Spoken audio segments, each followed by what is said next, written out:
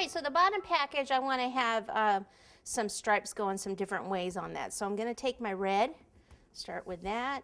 I like these smaller rolling pins here. And I just want to roll this, and if I can roll it the length of the cake so it can go over the sides in one piece, then that's great. It means less work for me. So that means it needs to be, what, about 14 inches long, right? Just kind of like the cake was when we, or the fondant, the pink fondant was when we put it over the cake. So that means I've got a 12-inch ruler here. It means it needs to be a little bit longer than my 12-inch ruler. Okie-doke. All right, so I'm going to do ruler width. Place this down right about there is good. Lightly press on the ruler and go and keep going. Other side, press down, and we'll keep going off there.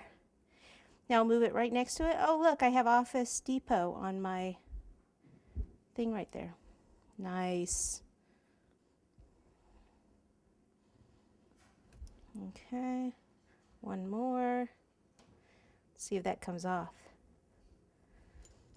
Leaves a little bit of a mark. Must have been wet in that one spot.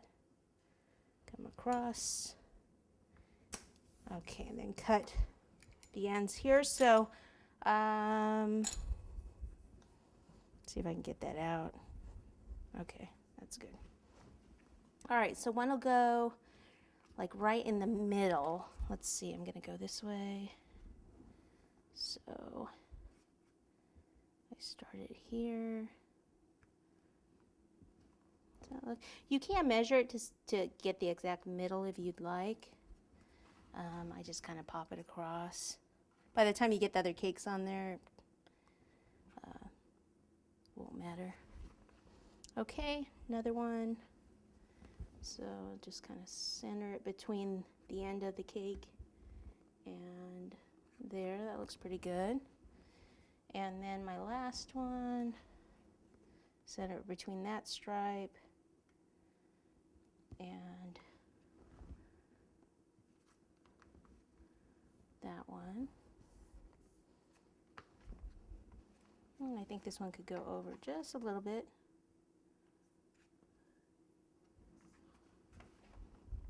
Good. Okay. So then I will bring my water over here.